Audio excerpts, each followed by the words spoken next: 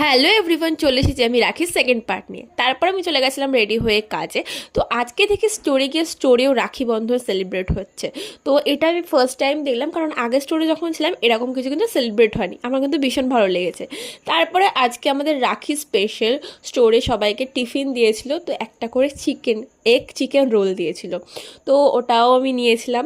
তো তারপরে বাড়িতে চলে এসেছিলাম। বাড়িতে এসে বোন গেছিলো স্যারকে রাখি পরাতে। তো বোন প্রত্যেক বছরই পড়ায়, প্রত্যেক বছর এইভাবেই ও রাখি পরিয়ে এসেছে। 4 বছর এবার নিয়ে রাখি পরালো। তারপরে আমি গেছিলাম রাজু দাদাদের বাড়িতে। রাজু দাদাকে নিয়ে আর কী বা বলবো, যে রক্ত সম্পর্ক না থাকলেও যে দাদা হওয়া যায়, ওকে না দেখলে হয়তো বুঝতেই পারতাম না। তো আজকে গেছিলাম বলে ও নিজের হাতে চিকেন রান্না করেছিল, দুর্দান্ত খেতে হয়েছিল। আজকে ওর বাড়ি থেকেই আমি ডিনারটা কমপ্লিট করেছি। তো আজকের মতো এইভাবেই কিন্তু আমি রাখিটা সেলিব্রেট করছি। সারা দিনটা কীভাবে কাটালাম তোমার সাথে শেয়ার করলাম। এর মতো টাটা।